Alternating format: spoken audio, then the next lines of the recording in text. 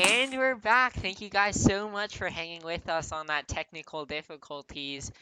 For perspective, we're actually running this on a laptop instead of a PC. So if we're Hangouts takes too long, if Meets takes too long, if video cameras get disconnected, if they get overloaded, the entire recording software stops. So thank you for hanging with us. I believe last time we touched on documentation and the requirements.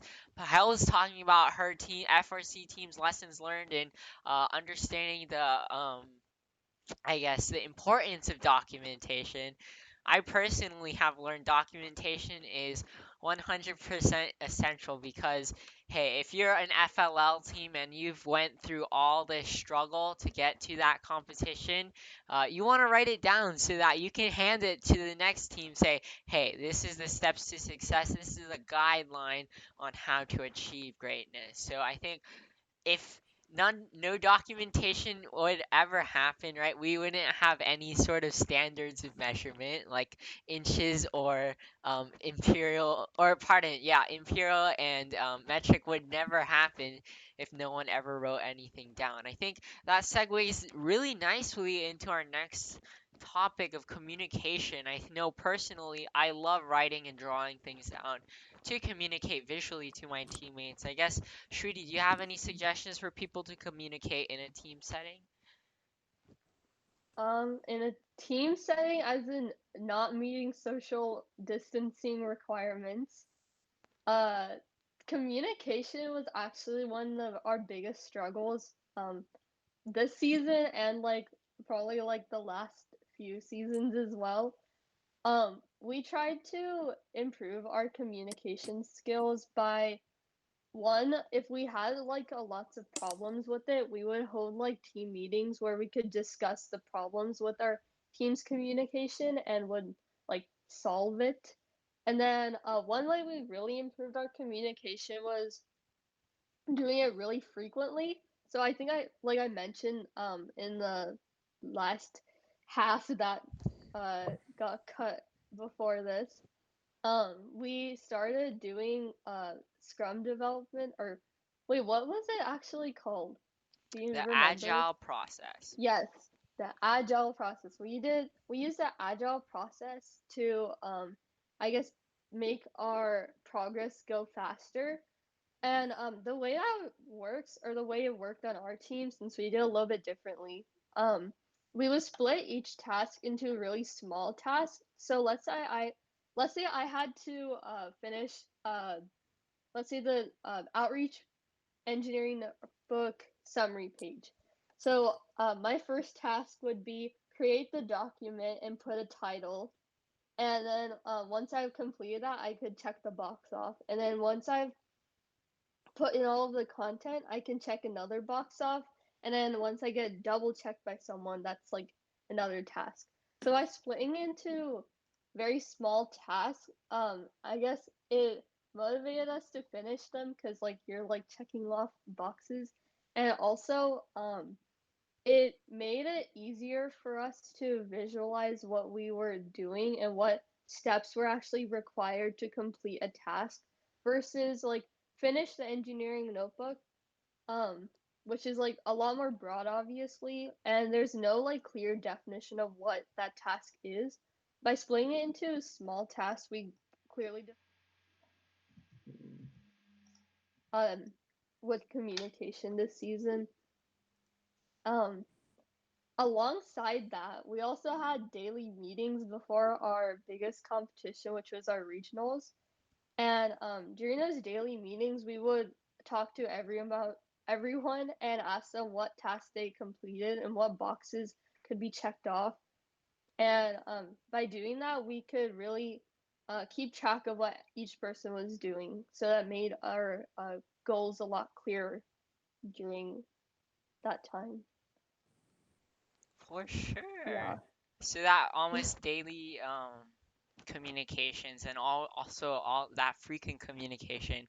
Just wanted to take a little bit and highlight what's on the screen right now for you guys. This is actually our Scrum board where we're able to place tasks in all of the sub teams that we wanted to pursue. And obviously, like Shruti mentioned, breaking a big task into smaller things is super important, and we can just move these cards left and right to signify progress and completions. And then yeah, so I guess Pahal, how could you highlight sort of how have we continued communication throughout this pandemic to keep the team informed? Yeah, so we have bi-weekly Zoom meetings, which is quite frequent. And then on top of that, we have meetings among, so basically during these Zoom meetings, we highlight what we need help on, what's been working for us, etc. So that way we can decide, oh, let's support Noah from the electronics team because we think that can help him move faster in his task. So then also identifying who needs help and who can help them is the most important thing currently. So we'll hold like Zoom meetings to discuss it. For example, I have to do a Zoom call in a couple of days, I think, to discuss a PDB that we designed earlier. Like this frequent communication and just identifying specifically what needs to be communicated and who can help out with that has been the most important thing to continue communication because obviously we can't all physically be together in the same room. And we can't be meeting as often. I guess we can't be sitting in front of our computers for like 6 hours and talking over each other. So that's been the biggest roadblock and what we've been able to do to solve it. For sure. So I know some of these video meetings could go super long without any focus. I guess, Shruti, do you want to highlight how we've been able to pivot and bring focus back into the topics that we wanted to cover?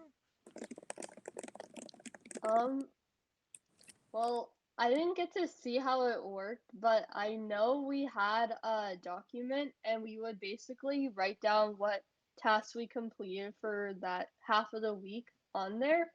And then during the meeting, we would just basically go over what was on that document and not anything else. So that prevented us from getting distracted and then having extra long conversations about things because we kind of covered it already on the document. Alrighty, thank you so much for that. So, that was, of course, talking about that, um, writing down the objectives before every single um, option, and then also, or pardon, before every single meeting, so that we could stay focused, and then also have a point of reference to say, hey, what are we communicating? I think one of the other things that's super important would be also testing, where you want to highlight your procedure materials and your proposed um, hypothesis of what the outcome was, and then also documenting the outcome. So, I guess, Pahal, Shruti, do you want to share with the viewers here how does team inspiration test? Yeah, so we identified which of our team members have a pool, and actually our youngest team member, um, Rhina, happened to have a pool, and so we just dropped off the robot to her house, and then the specifically right now the programming team has been doing a lot of the testing, so they call each other and then they go through the procedure, etc. And then if there's any problems that are occurring, obviously it's like a small conference call, so they're able to identify what's wrong with it and give her specific steps on how to solve the issue at hand because our programmers have a lot of experience with that. So we plan on replicating that for maybe even like the mechanical sub team, etc. But pretty much giving a detailed plan and also giving detailed solutions to problems. Thank you. I guess, Shruti, do you want to share our testing procedure during the first season?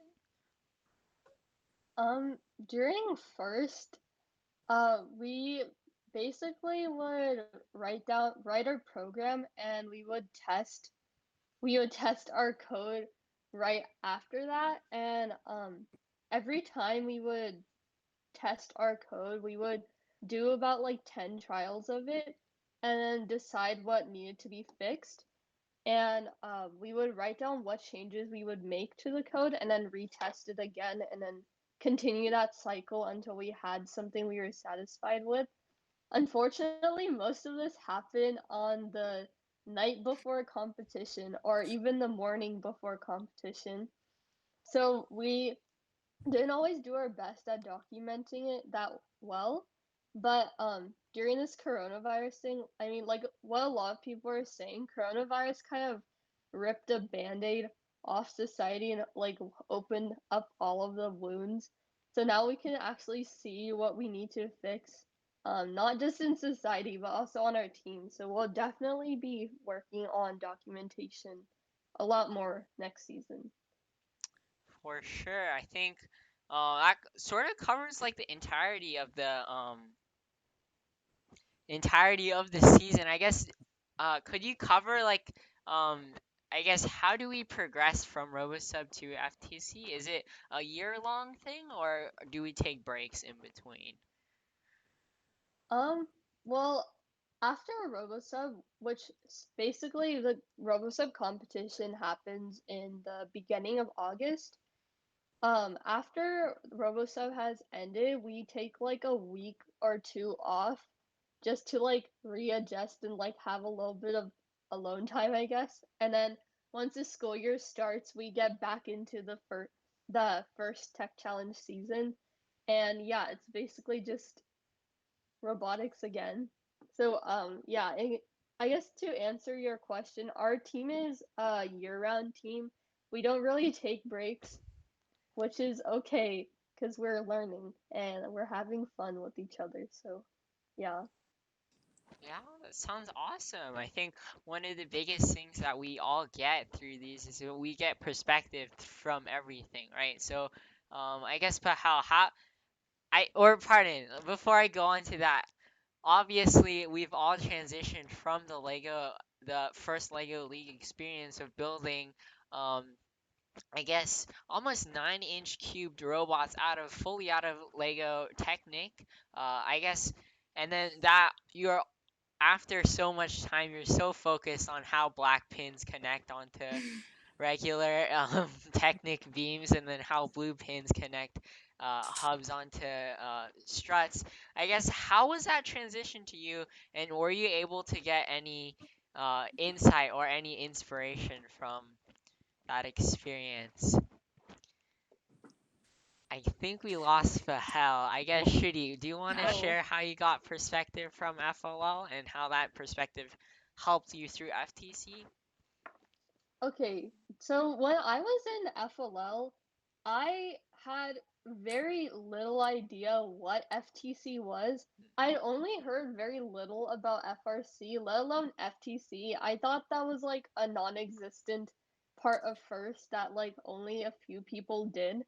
But then once Pahel joined Team Inspiration, I kind of, I guess, tagged along with her, and I realized that FTC is like a genuine competition, and there's a lot of aspects of it that are alike. That are like FLL, but also very different from FLL. For example, the project is not a thing anymore. So you're not coming up with like creative solutions for a problem. Instead, we come up with creative solutions for our robot like FLL, and we also have to do a lot more community service, which is a really great aspect of First that I honestly wish was part of FLL as well. Um, in terms of the robot, of course, in FLL we are using block programming, and the programming that we learn in FLL, through that, I learned a lot of things like the conceptual side behind programming. But then when we came to FTC, we had to know Java, which is the language that we use to program. And I guess that was a bit of a shock, but yeah, that is one thing that we learned uh, when we joined FTC.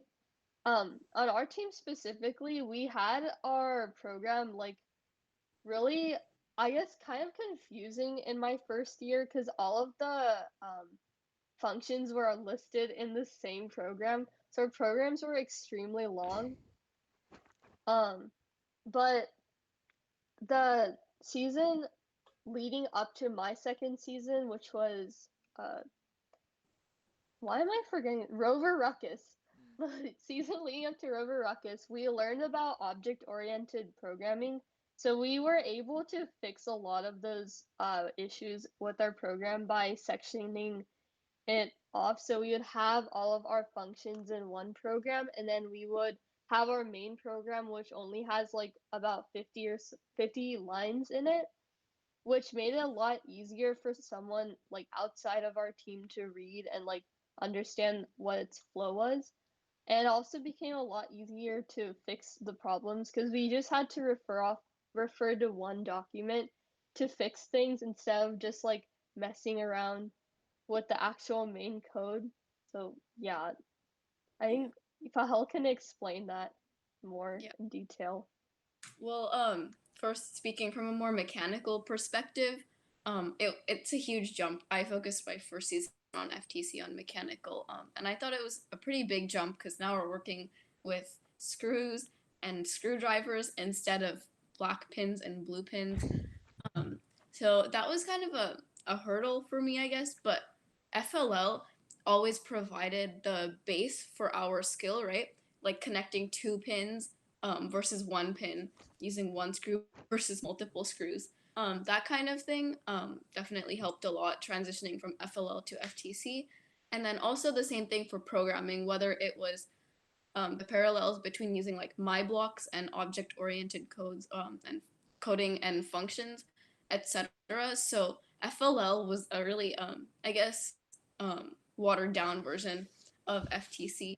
And one other thing I'd like to add is that my transition from FLL to FTC, I think the most significant part that resonates with me and the reason I'm happiest, or the thing that makes me the happiest about doing first, is the fact that we're putting much more emphasis on outreach.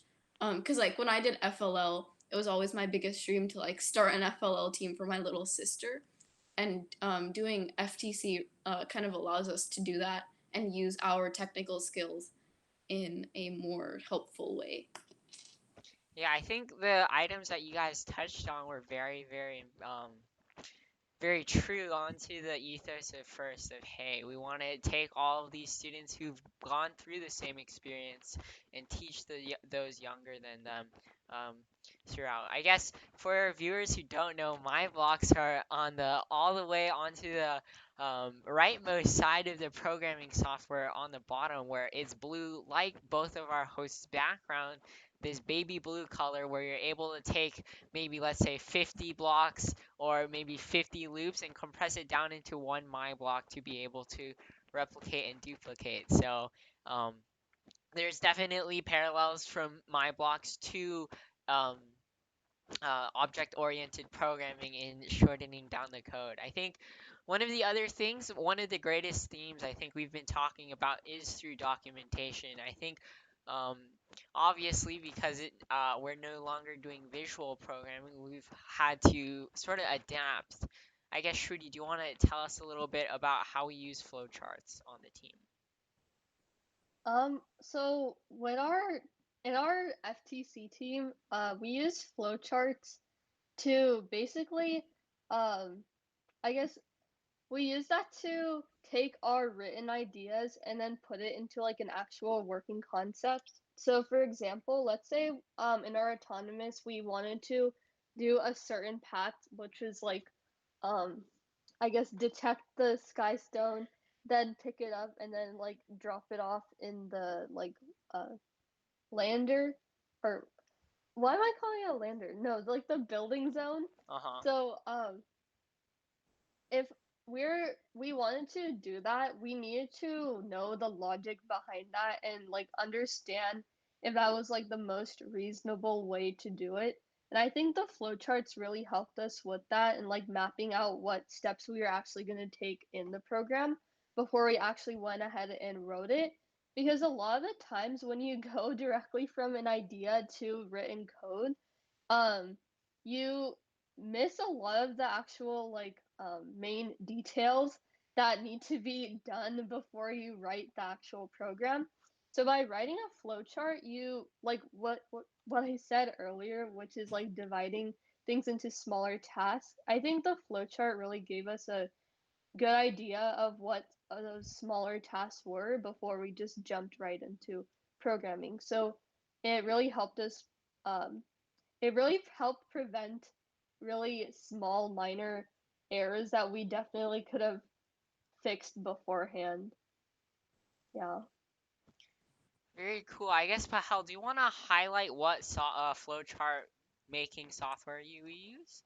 Oh yeah, we use draw.io, which is definitely better than any other software provided by Google to make.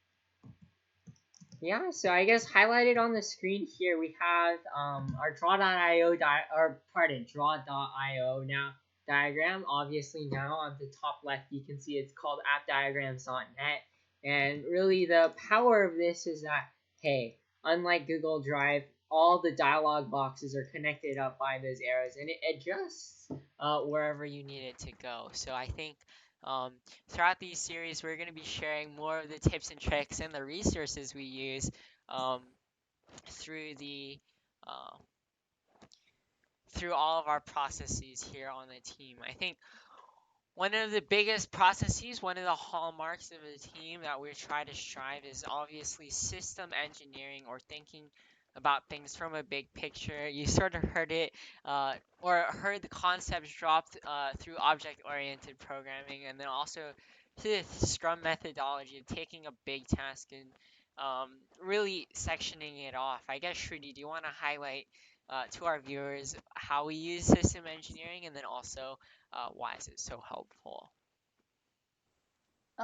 Well, system engineering, we learn the design process from, and um, I guess I'm just repeating the same point over and over again.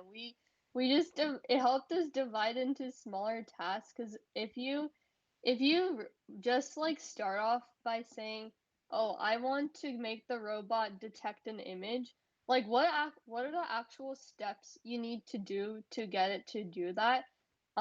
Those are things you'll only find out if you do things like the design process or make flowcharts, because otherwise, all of those like very minute things will be missed because you would probably think they're really obvious, but then they're not because you will forget to do them if you don't write down everything in detail Do, beforehand. do you think you could give us an example of system engineering, but more than just flowcharts and programming?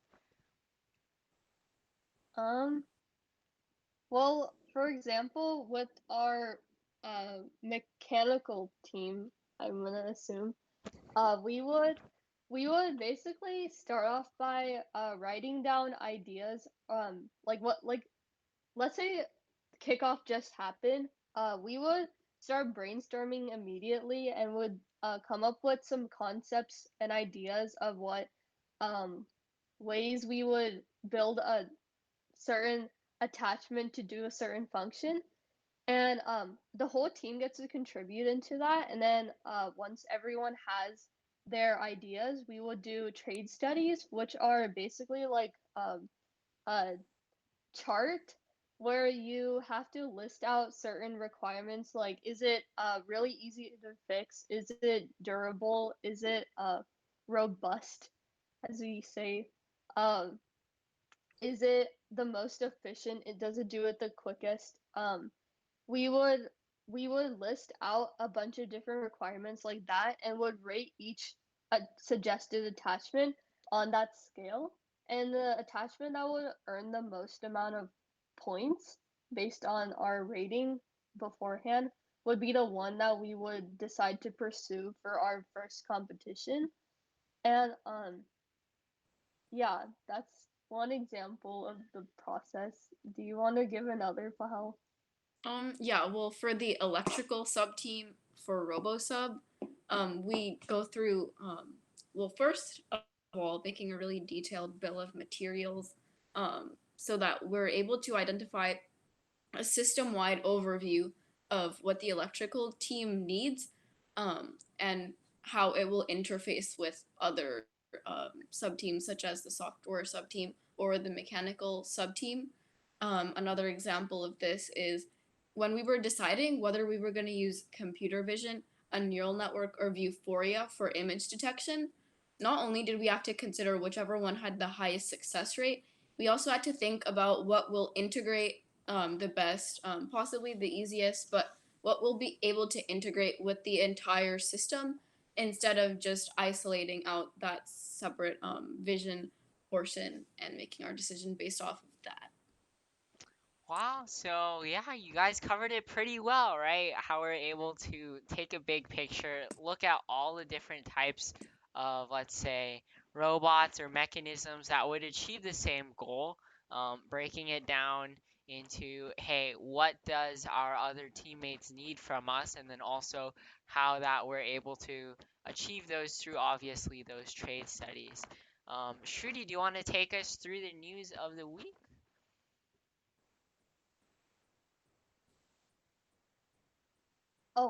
Sorry. I was just reading something. Okay. This week, the United States launched an American rocket ship with American people from American soil through an American private company known as SpaceX. Why is this significant, you may ask? Elon Musk, the CEO of SpaceX, hoped that this launch would re inspire Americans to continue space exploration. Here on Team Inspiration, we hope that the activities that we do also inspire others to use their skills to advance their community. In conclusion, our team is basically SpaceX. Now back to Colin.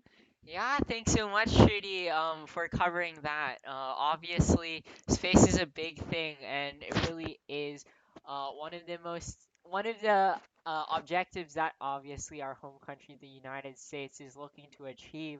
I think one of the other things that are overlooked is the ocean, right? Where we've literally explored more space than ocean. So right now, that's why we're expanding our boundaries not only through land robotics, but also going underwater through our competitions both in first and in RoboSub.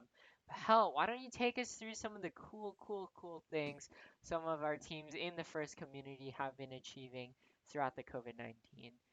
Yep, let me open my list. Okay, well, Team 6636 has been sending thank you letters to essential workers, which is definitely something that all of us, most of us, have the capability to do, and it definitely shows appreciation to hospital workers and other essential workers.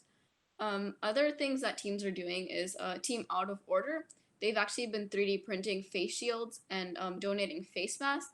And I know that our team has also been printing out 3D printed face shields. We've actually just breached 100. And then Team Clueless has also been doing similar things, such as printing out the 3D printed face shields and giving them to essential workers. Oh, Wow, that's another super cool. team. Shruti, do you want to take us through Oh, more teams? another team that we're close with is Technova, who've actually split into another team called 18225 High Definition. Their team has been holding several webinars recently, and these webinars are open to any team. So basically, what they would do is they would ask someone from different like professional industries to come and talk about what their job is. They even had someone from Boston Dynamics talk about what they've been doing in the field of robotics, which is a very good talk, and I enjoyed it thoroughly. So, yeah, guys can check that out. Alrighty, I will be placing links in the description and all the information to sort of get engaged with these teams, also to maybe meet up and then also help create a bigger impact. I guess, do you guys have any final thoughts for our viewers today? Yeah, well, I think that in a time like this, it's really important for everyone who has the ability to even view this to help out during the coronavirus situation, whether it's tutoring kids online, starting initiatives like how we started this podcast, sending out letters and printing face shields, etc. And that's definitely something that will help out a lot. There's also several organizations that teens are just opening, like Teens Teach, where you get paired with a student and you basically just teach them things. And as high school students, we definitely know a lot of things, and it's like what our team believes. We want to share our knowledge with other people so we can advance together. So during these times, if you have free time, you should definitely consider doing things like that. For sure. Thank you guys so much. I had an absolute blast, even if we had a couple technical difficulties talking with you guys. I know in these difficult times, it's always um, we can always say like, "Hey, I could just get up, float through life, right? Schoolwork is online, right? I could turn off my screen and just sit through the whole class." But no, you guys uh, agreed to come onto this podcast, and then obviously this video recording that will be shared out to the greater community. I thank you guys so much. Just seeing you guys through webcams is super fun instead of just, of course, through that sound bites and video record, or pardon, um, voice recordings. But thank you guys so much for joining me. This has been Team Inspiration on INSP Insights for episode number one. We hope to see you guys in the future, and keep on the lookout on our socials to stay updated on our progress. And then also when our next episode is coming out, we'll look to get more people engaged and hope to continuously churn out episodes. So thank you guys so much. Signing off for now. Thank you. Goodbye. Bye.